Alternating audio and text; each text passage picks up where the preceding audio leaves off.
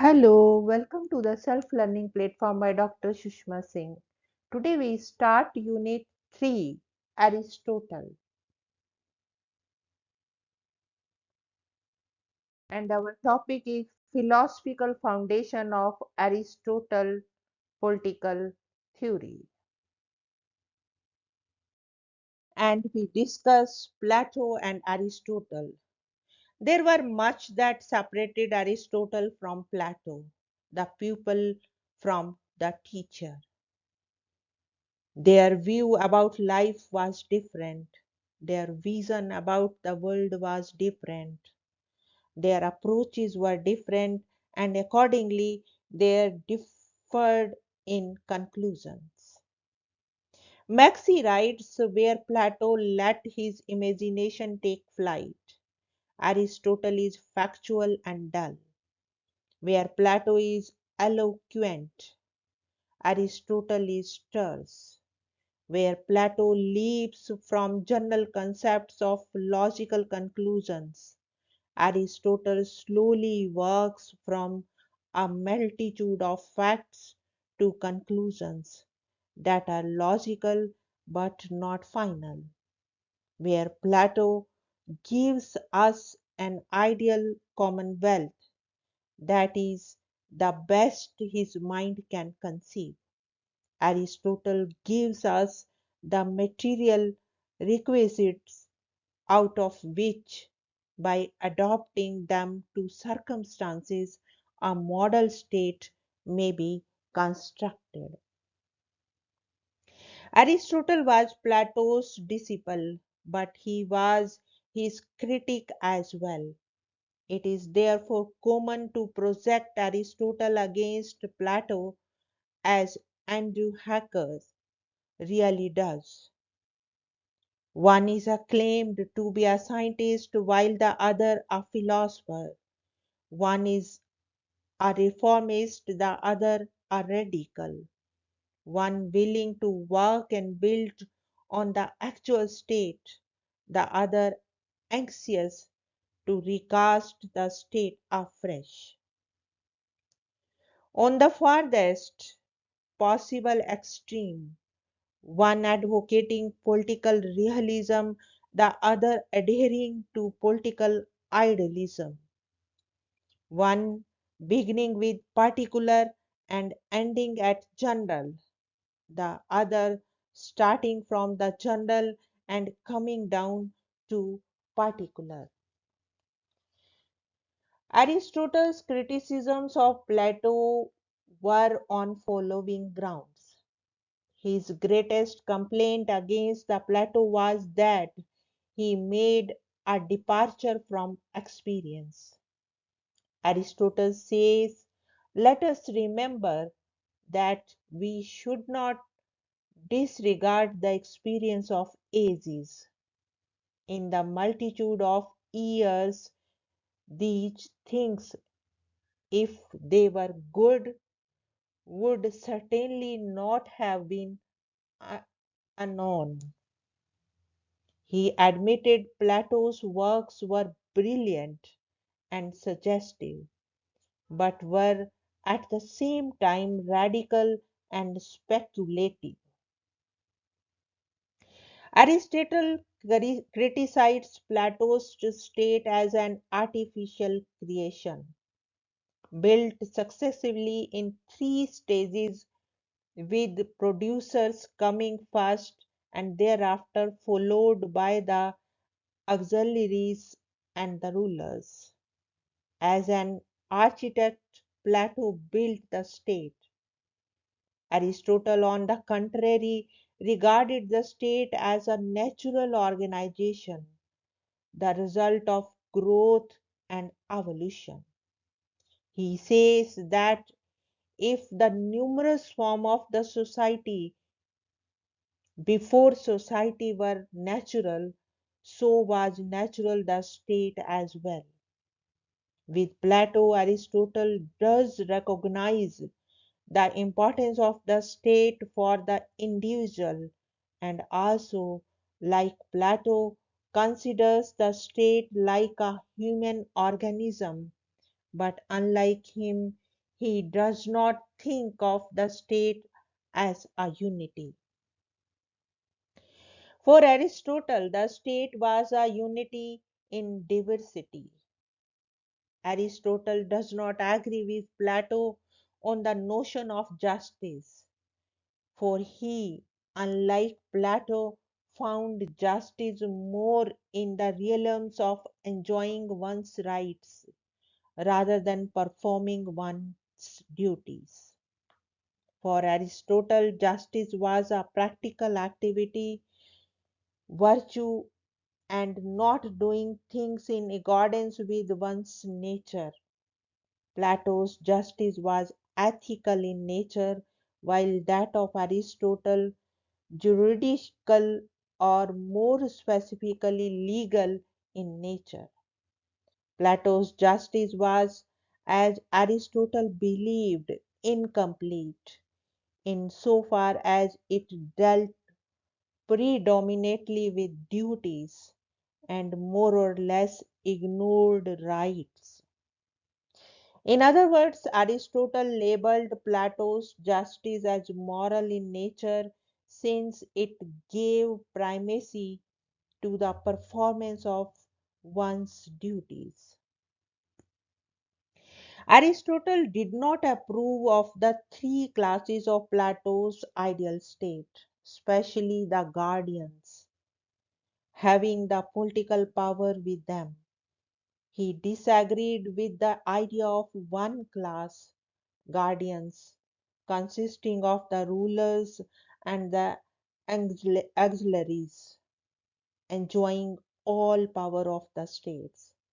The failure to allow circulation, says David Young, between classes excludes those men who may be ambitious and wise, but are not in right class of society to hold any type of political power.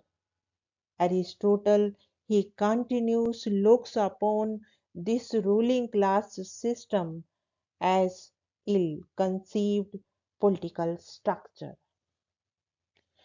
Plato, in his Republic, did not consider laws as important.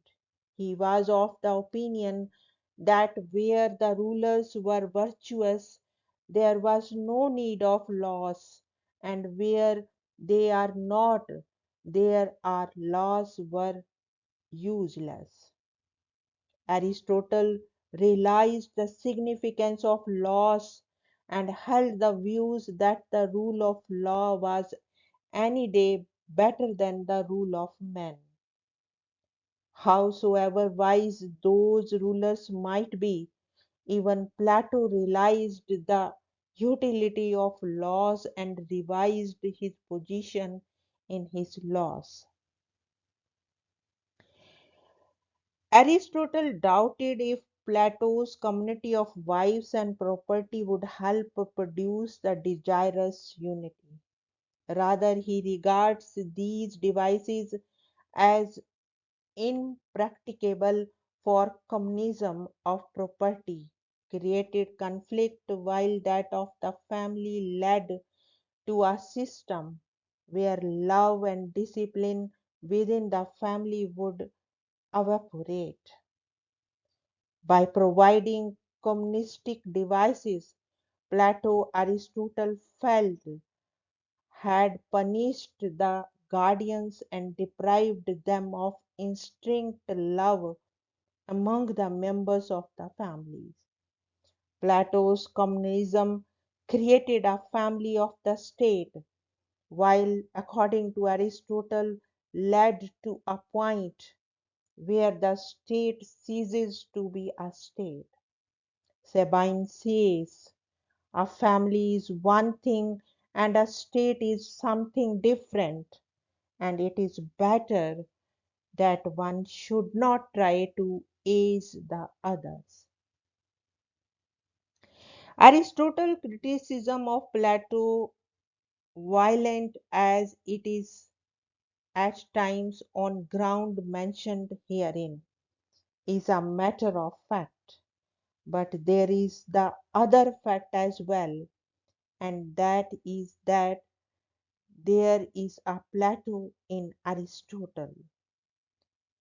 Foster thought says Aristotle, the greatest of all Platonists that he is premated by Platonism to a degree in which perhaps no great philosopher besides him has been premated by the thought of another. Every page which Aristotle writes bears the imprint of Plato. In fact, Aristotle begins from where the Plato ends up. The ideas expressed by Plato as suggestions, illusions, and illustrations are taken up by Aristotle. It would not be unfair if the pupil is thought to be an extension of the teacher. Aristotle, instead of damaging Plato's ideal, builds on them.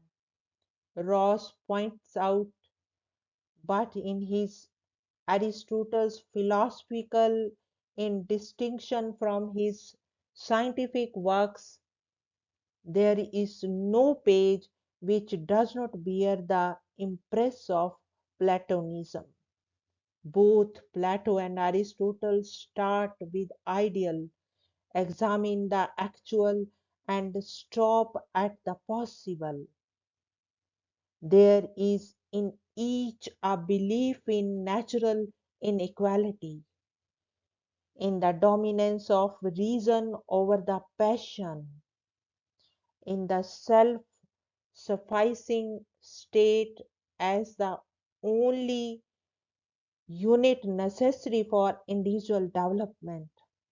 Like his teacher Plato, Aristotle thinks that the ethical perfection of man is possible only in a state, and that the interest of the state is the interest of those who constitute it. Indeed, Aristotle's criticism of Plato cannot be ignored, and in fact, he had no regrets on that count. Bill Dront rightly says, as Brutus loves not Carcer's less, but Rome more, so Aristotle says, dear is Plato, but dearer still is truth. So writes Athenians, Plato found the corrective to his thinking in his own student. Now, the next point is politics and ethics. Aristotle is not philosopher of Plato's type, but the philosophical basis of his political ideas cannot be ignored. There is the philosophical basis in whole of his political theory. There is a belief of God in Aristotle. This provides a spiritual outlook to him, considering God as the creator of everything. According to him, every phenomena has two aspects, form and matter. As against Plato, Aristotle gives significance to what constitutes matter, whereas Plato believes that whatever is visible is the shadow of the form. Aristotle, on the other hand, is convinced that what is visible is also important insofar as it is itself the result of numerous elements constituting it. The form only activates it, guides it, and helps it to attain its end, which is ethical. Aristotle also believes that man's soul has two parts, logical and illogical, and through ethical virtues, men attain rationality, the logical part of the soul. Aristotle is a political realist, but in it he has not lost sight of politics existing to achieve its moral ends. In fact, Aristotle does not regard politics as a separate science from ethics. Politics is the completion and a verification of ethics. To say it in other words, politics is, in Aristotle's view, continuation of and continuation with ethics. If one would like to put Aristotle's point, one would say that as it is part of human nature to seek happiness, it is also a part of human nature to live in communities. We are social animals, and the state is the development from the family through the village, community, and offshoot of the family, formed originally for the satisfaction of natural wants. State exists for moral ends and for the promotion of the family, formed originally for the satisfaction of natural wants and promotion of the higher life. The state is a genuine moral organization for advancing the development of human beings. In Nicomachean Ethics, Aristotle clearly says we regard the object of politics as supreme, which is the attainment of a good and honorable life of the members of the community. Ethics guides his political theory, seeking the correlation of political and ethical life. His Nomachian ethics is an inspiration to politics. For Aristotle, the state is not merely a political community, it is at the same time a government, a school, and ethics and culture. It is what expresses man's whole life, gives man a good life, which in turn means a moral and ethical living. In his Nicomachean Ethics, he describes the moral qualities a man should possess. In politics as well, he points out the qualities of a citizen.